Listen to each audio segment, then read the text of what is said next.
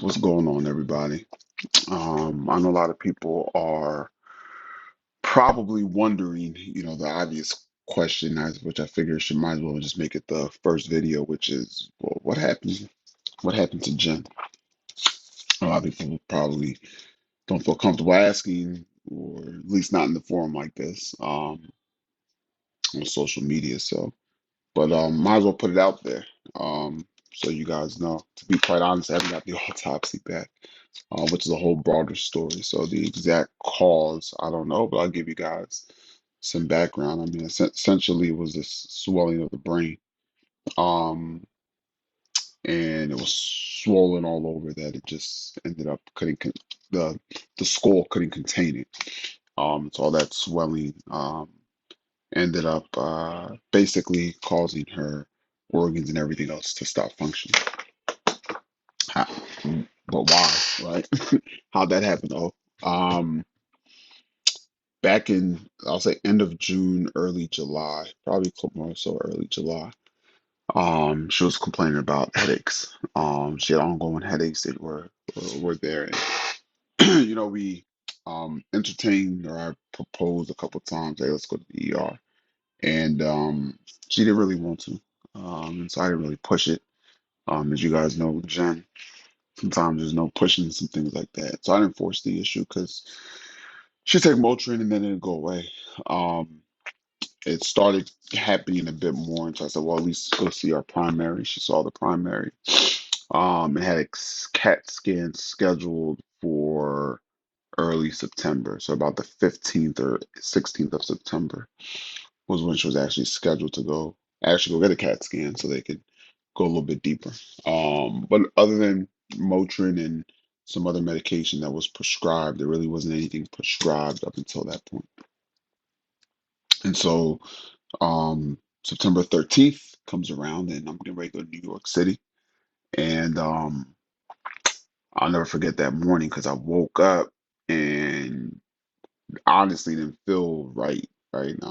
Which is crazy thinking back on it, but really didn't feel right that morning. And then I remember getting dressed and she said, hey, get me some Motrin because I have a headache. And so I'm like, is this why I'm not feeling good? Um, Go downstairs, get a Motrin, come back up. She's like, hey, I need some help. Like, I can't help with the girls. Excuse me. And so I was like, all right, I guess I'm gonna cancel my trip and take you to the ER. If it's that bad that you can't help, then clearly there's some bigger things going on. And so at that point, got everybody ready, got everybody out the house, got to the Cooper ER at about 9 o'clock. Um, with COVID and everything, I couldn't stay in the ER, unfortunately. And so we that was probably my last time physically talking to her at that point.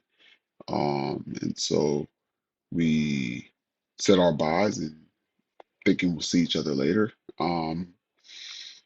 I call her, we spoke about 10:30. And she definitely didn't sound she sounded a little scared, a little nervous around that time. And yeah, we talked.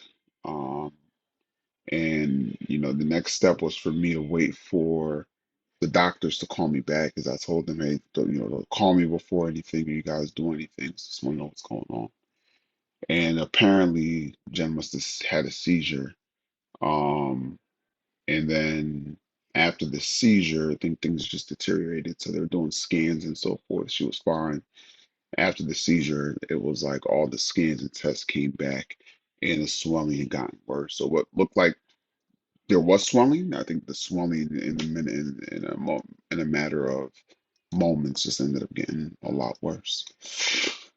I rushed back to the hospital about 4, just off of like, I don't know what's going on. I'm getting conflicting reports from different doctors. And I shoot over to the hospital, get there about 4 o'clock, and they tell me she's in the operating room. And so I'm obviously beside myself because like, nobody called me to tell me that they were going to do anything. And they just went from draining out fluid to operating. And so it was wild to me. And so um, once I finally ended up going upstairs to the um, unit that she was in, It basically looked, um, for me, it looked similar to what I saw with my dad. The report seemed similar. So those who don't know, my dad passed of a brain aneurysm.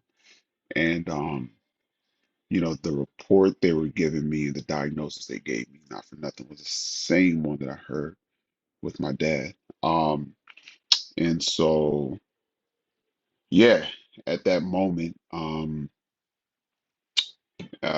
that was it. It was just, that's what they told me, and they put her on. They said there's nothing they could do.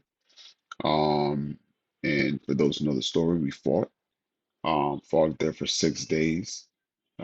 She had minimal brain activity, but still had some organs that were moving, and even some of her limbs were moving slightly.